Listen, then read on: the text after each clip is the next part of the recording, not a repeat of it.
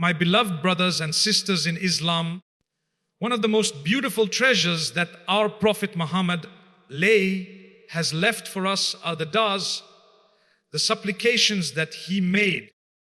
These are not ordinary words. These are divine inspirations taught to him by Allah Twin himself. Words that carry deep meaning, that touch the heart, and that guide us in our lives. When we study the du'as of the Prophet, we find that they are not just requests, but they are lessons. They teach us how to think, how to live, and how to connect with Allah Almighty in every situation of life. One of the most beautiful and powerful supplications of the Prophet is the dua in which he asked Allah, and O Allah, show us truth as truth and grant us the ability to follow it, and show us falsehood as falsehood and grant us the ability to stay away from it. This dua is short in wording but vast in meaning. It carries a lifelong lesson for every believer, because in this world truth and falsehood are often mixed, and without the guidance of Allah, a person may become confused, deceived, or even misguided while thinking he is on the right path. The Prophet himself, who was divinely guided, still made this dua, teaching us that no human being can ever rely on their own wisdom or intelligence alone. The heart and mind of a person are constantly being tested, and the world is full of influences that can pull us away from clarity. Therefore, it is only through Allah's light that we can truly recognize what is right and what is wrong. If we reflect on our surroundings today, we see countless examples of how falsehood is beautified. Wrong things are presented in attractive ways. Sinful lifestyles are promoted as freedom, and disobedience is advertised as modernity.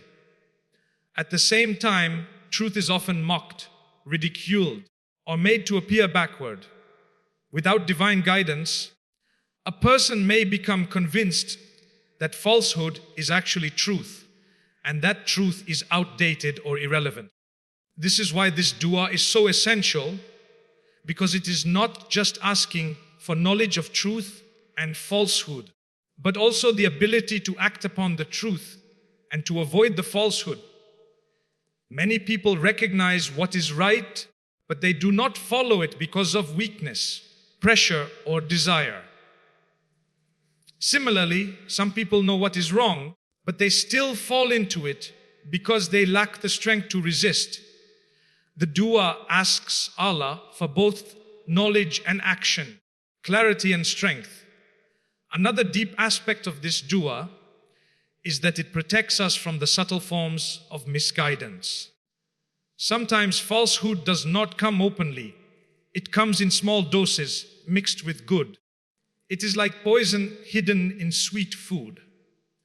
If Allah does not protect us, we may swallow the poison without realizing it. Through this dua, a believer asks Allah to make things clear, black and white, truth as truth, falsehood as falsehood, so there is no confusion in the heart.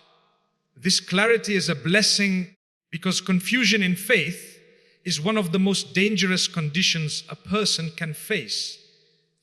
When the truth is clear, the path becomes easy to walk upon. This supplication also reminds us of humility. We should never think that we are too smart, too knowledgeable, or too pious to be misled. Even the most learned scholar, even the most devout worshipper, is still in need of Allah's protection. Shaitan has vowed to mislead humanity until the day of judgment, and his tricks are endless. Only the one whom Allah protects is safe. That is why the Prophet the most guided of all, still sought refuge through this dua. For us, it is a reminder that the real security lies in turning to Allah constantly, asking Him to open our eyes to reality and to give us the courage to live by it. In short, this dua is a shield for the believer. It protects the mind from confusion the heart from weakness, and the soul from deception.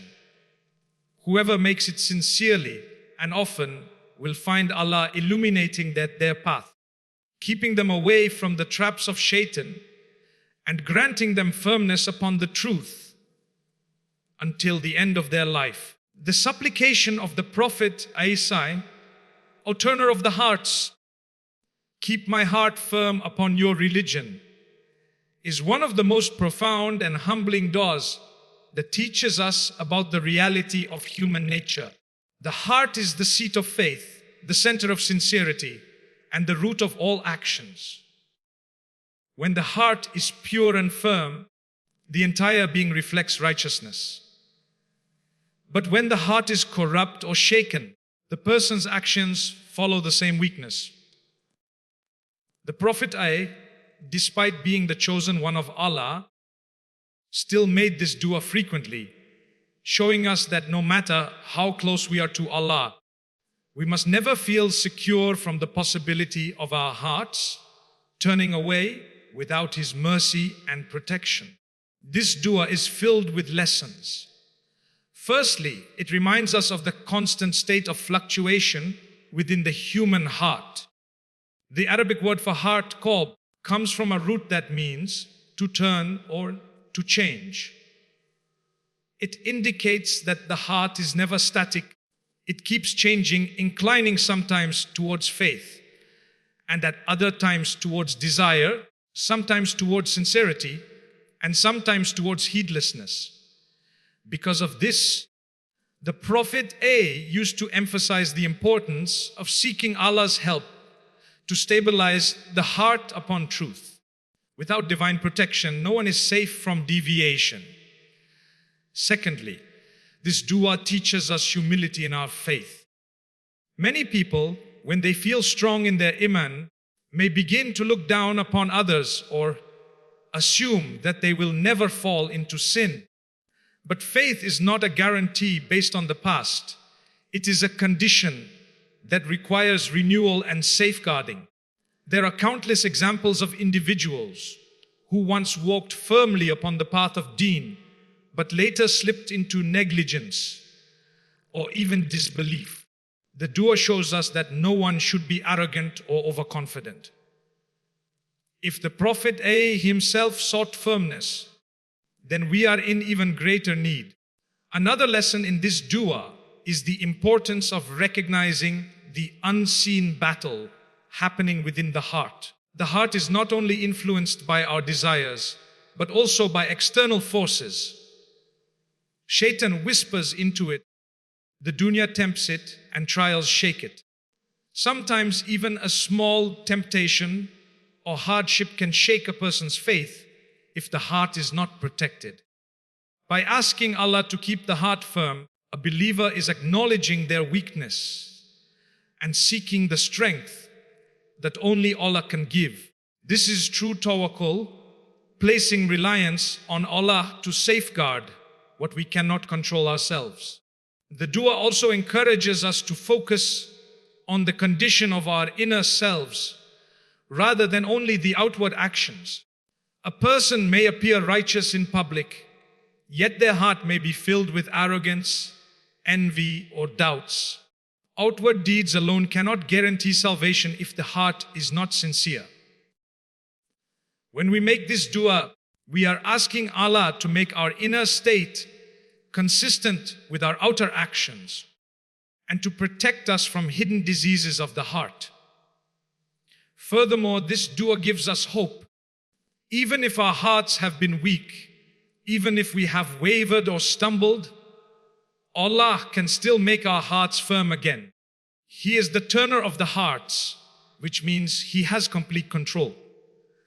No matter how lost we feel, His mercy can realign us with faith and guidance. That is why we should never despair, but keep turning to Him with this powerful prayer. Ultimately, this dua is a reminder that our journey of faith is not about relying on our own strength, but about constantly seeking Allah's help. It is about recognizing that the heart is fragile and only Allah can stabilize it. Whoever makes this dua sincerely and regularly will find Allah granting them steadfastness in their iman, consistency in their worship, and protection from the storms of doubt and temptation that come their way.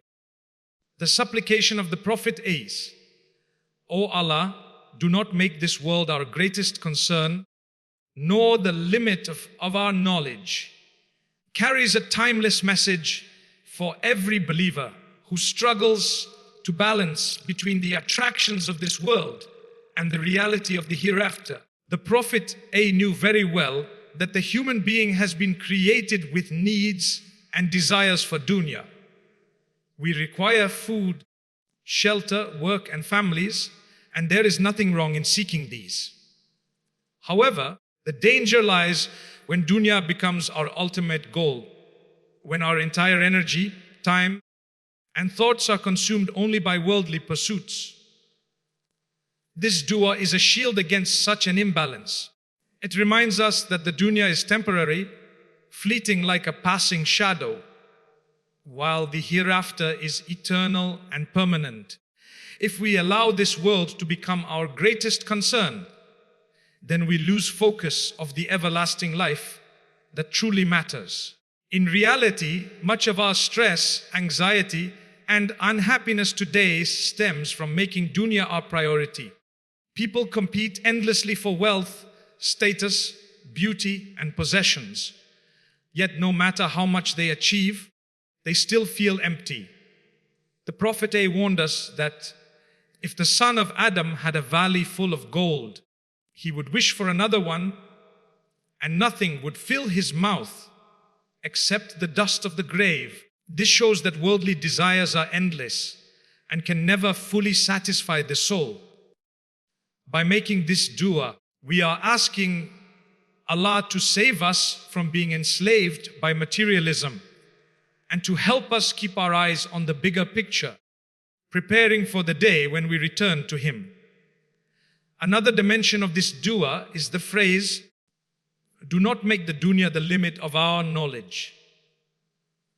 This part is especially relevant in our time, where knowledge has expanded in so many fields, yet much of it is focused only on worldly benefits. People may study for years, gain high degrees, and become experts in technology, medicine, or business, yet remain ignorant of their purpose in life and their obligations to Allah. Knowledge of dunya is valuable, but it must not be the only type of knowledge we pursue. True success lies in combining beneficial worldly knowledge with knowledge of Deen, the Quran, Sunnah, and the understanding of how to live a life pleasing to Allah. Without this, a person may become knowledgeable in the eyes of people, but bankrupt in the sight of Allah. This dua also teaches us to set our priorities right. Islam does not prohibit enjoying the lawful aspects of this world, but it places everything in perspective. The dunya is a means, not the end. Our wealth should be a tool to earn Allah's pleasure through charity and service, not a source of arrogance. Our health should be used to worship Allah and help others, not wasted in disobedience. Our time should be invested in preparing for the akhirah, not drowned entirely in entertainment and distractions. This dua helps us constantly check ourselves. Are we chasing dunya at the expense of our deen? Are we sacrificing our hereafter for something that will eventually perish? Furthermore, this supplication is an act of spiritual balance.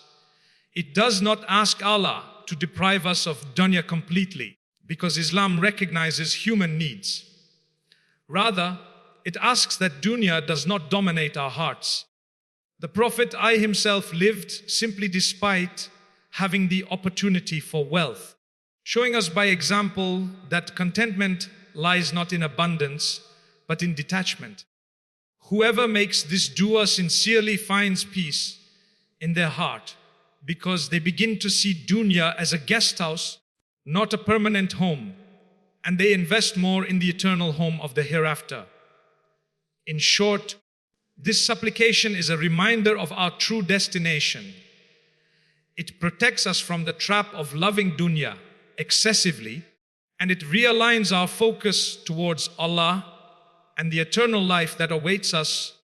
It encourages us to use dunya wisely as a bridge to the akhirah, but never to let it become the greatest concern of our hearts. The supplication of the Prophet 80.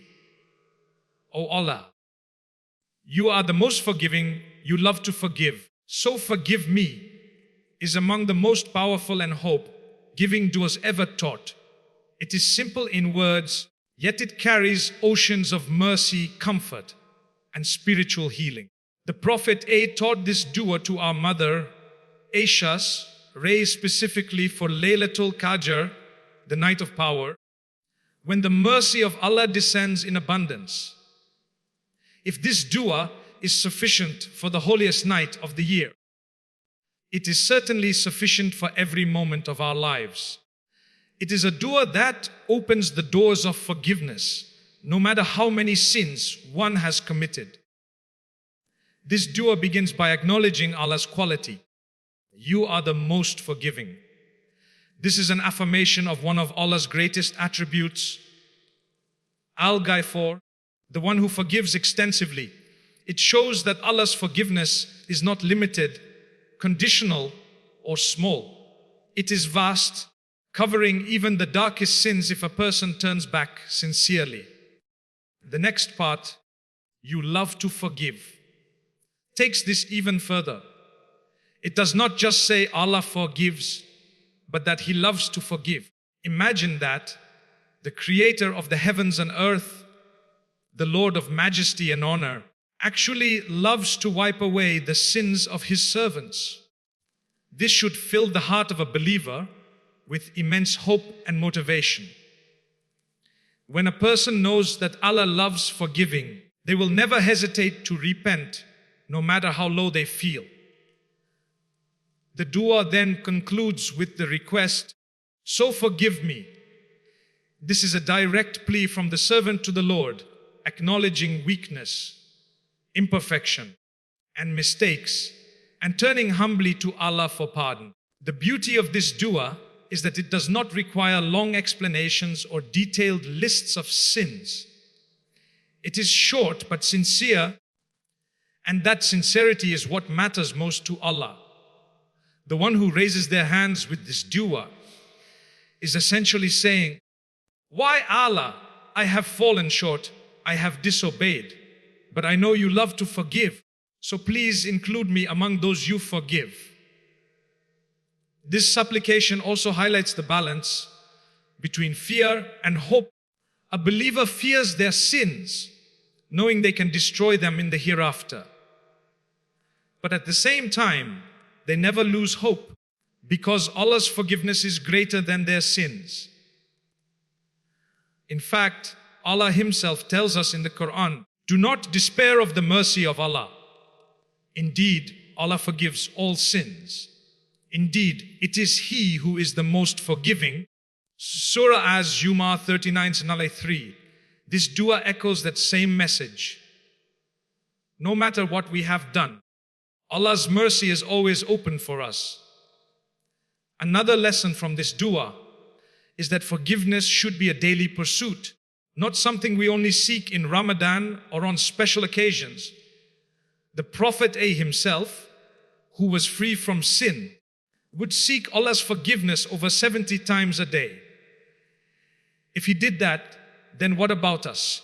We are in constant need of Allah's pardon.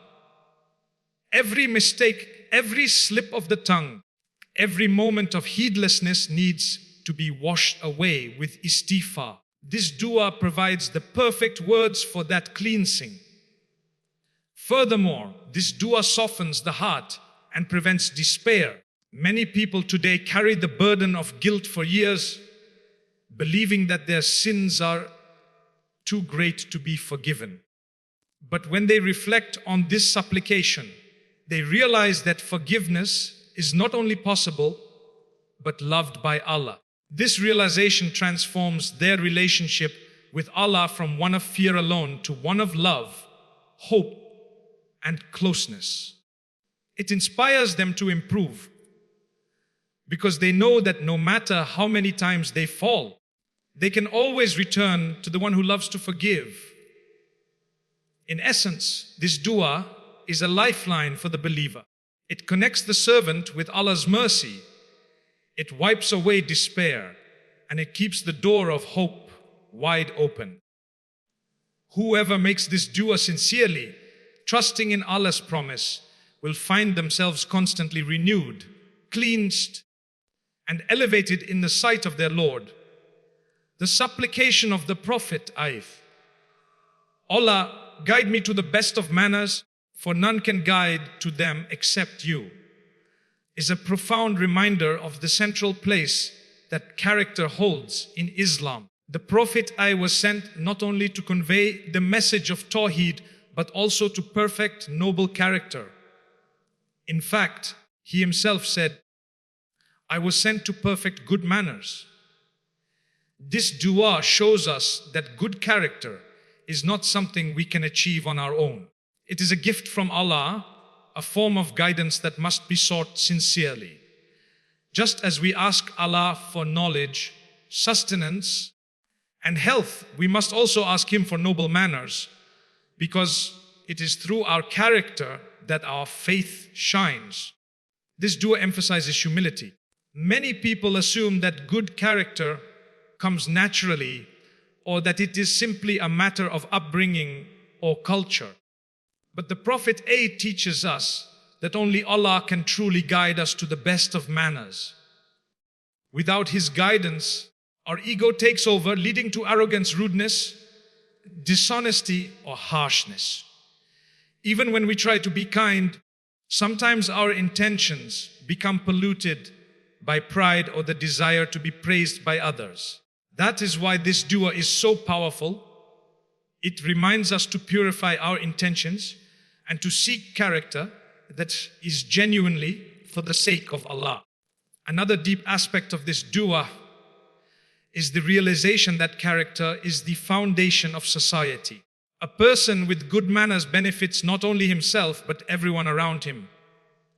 The Prophet was known as Al-Amin, the trustworthy one, even before his prophethood. His honesty, patience, and gentleness won the hearts of people long before they accepted Islam. This shows that good character is one of the strongest forms of dawah. A kind word, a smile, an act of generosity, or the ability to forgive can change the hearts of others more effectively than long speeches.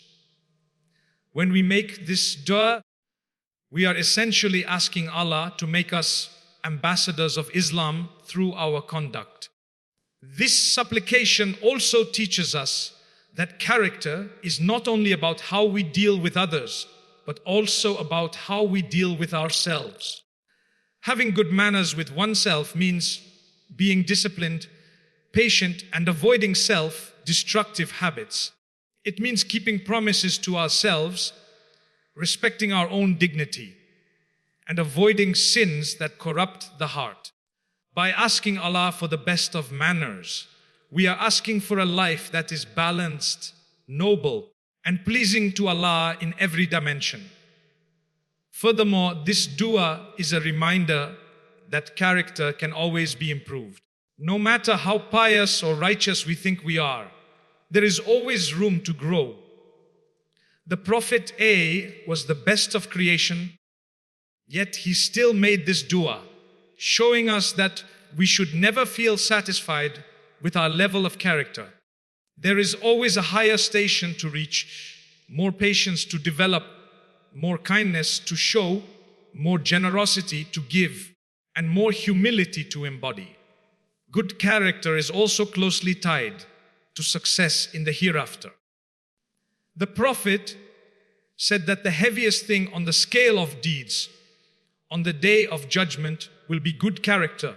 This means that a person who treats others well, who is honest, merciful, and respectful, may outweigh someone who has prayed and fasted but lacked manners. This dua, therefore, is not only about improving our relationships in dunya, but also about securing our place in Jannah. Ultimately, this supplication teaches us that without Allah's help, even the simplest good manners can be difficult to uphold. But with His guidance, they become a natural part of our lives. By making this dua sincerely and consistently, we ask Allah to beautify our character, just as He has beautified our physical appearance, and to make us people whose conduct reflects the mercy, kindness, and nobility of the Prophet. Would you like me to also include practical examples of the Prophet's manners, like how he dealt with enemies or family, to add more depth to this part of the speech? You said key point Nandao 6, expend it in 500 words without heading. ChatGPT said, the supplication of the Prophet 8, O Allah, there's no ease except what you make easy, and you make difficulty easy if you wish, is a dua that brings comfort to every believer facing the challenges of life. It is a reminder that all ease and all relief come from Allah alone, and that no matter how impossible a situation seems, Allah has the power to turn it into something manageable. Every one of us, at some stage of life, goes through trials, whether they are financial struggles, health problems, family conflicts, or personal battles within ourselves. When these trials weigh heavily on our shoulders, this dua becomes a source of strength, because it teaches us to turn to the one who controls all affairs. This supplication begins with the acknowledgement that there is no ease except what you make easy. This part reminds us that our own efforts, intelligence, or resources are never enough on their own. We may plan carefully, work hard, and do everything in our power, yet without Allah's blessing, nothing will become easy. At the same time, even tasks that seem impossible to us can become simple when Allah decrees ease in them. This realization brings humility to the heart of a believer, reminding us that we are always dependent on Allah, not on our own abilities. The second part of the door, and you make difficulty easy if you wish, is even more powerful. It tells us that difficulties are not permanent. No matter how dark the night, Allah can bring the morning. No matter how heavy the burden, Allah can lighten it in an instant. This does not mean that trials will disappear completely, but that Allah can give us the strength, patience, and perspective to handle them. Sometimes Allah makes the problem itself easier, and sometimes He makes our heart stronger to bear it. Either way, the difficulty becomes a means of growth instead of destruction. This dua also teaches us the right attitude towards hardships. Instead of complaining endlessly, a believer turns to Allah with humility and trust, saying, Ya Allah, I cannot manage this on my own, but you can make it easy for me. This surrender is not weakness, it is the greatest strength, because it connects us to the unlimited power of Allah. Many times, when people face trials, they break down emotionally, thinking they cannot go on. But when they make this dua with conviction, they realize that Allah is closer to them than their own veins, and that He is fully aware of their pain. This gives them hope and courage to move forward. Furthermore, this supplication reflects the Quranic promise, indeed with hardship comes ease. Surah Ash, Shah 94:6. Allah has guaranteed that no trial comes alone. It is always accompanied by relief. Sometimes the relief is immediate, sometimes it is delayed, but it always arrives. This dua aligns our hearts with that promise, allowing us to wait patiently for Allah's ease with full trust. Another wisdom in this dua is that it trains us to see difficulties as opportunities for growth. When Allah makes a difficulty easy, it often leads to lessons we could not have learned otherwise. Stronger faith, deeper patience, and more gratitude. The dua does not only ask Allah to remove hardship, but also to transform it into something beneficial. Many people later look back at their toughest moments and realize that those very challenges brought them closer to Allah. Ultimately, this supplication is a lifeline for every believer. It teaches us to rely on Allah in every situation, to never despair no matter how hard life becomes, and to believe that every difficulty is under the control of the one who can turn hardship into ease with just His command. Whoever makes this dua sincerely will find peace in their heart, strength in their patience, and relief in ways they never imagined.